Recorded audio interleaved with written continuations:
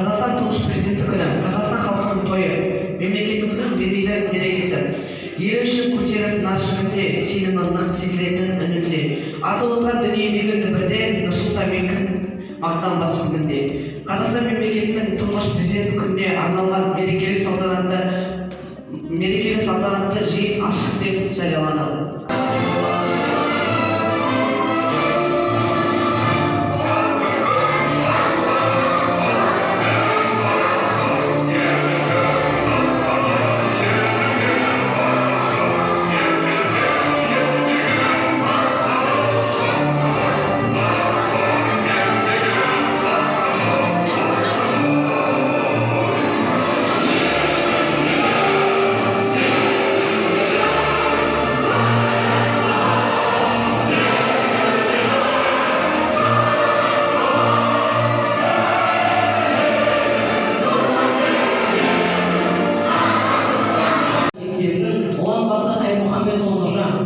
Сіздерді тұңғыш президент күнімен шын жүректен құттықтай отырып, өзімнің өлең жолдарымды арнаймын.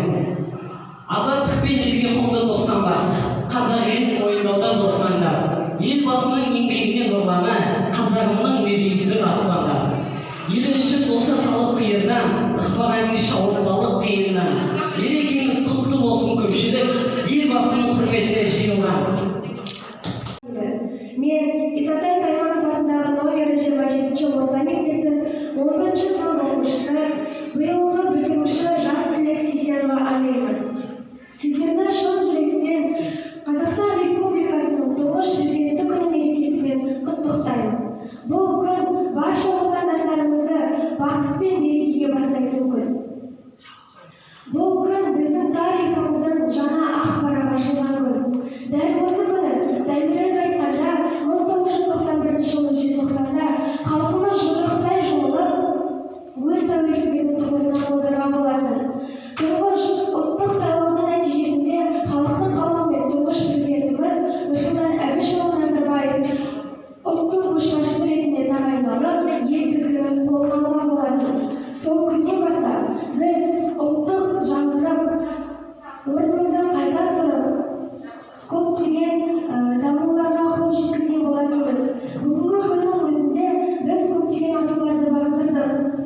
Біз дамыған 30 елдің қатарындағы мемлекетпіз. Басқа мемлекеттермен кездесуде даму жолындағы ұлттық жаңғырған мемлекетпіз. Осының барлығы біздің тұңғыш президентіміз Нұрсұлтан Әбішұлы Назарбаевтың елеулі еңбегі мен көреген жасампаздығының арқасы.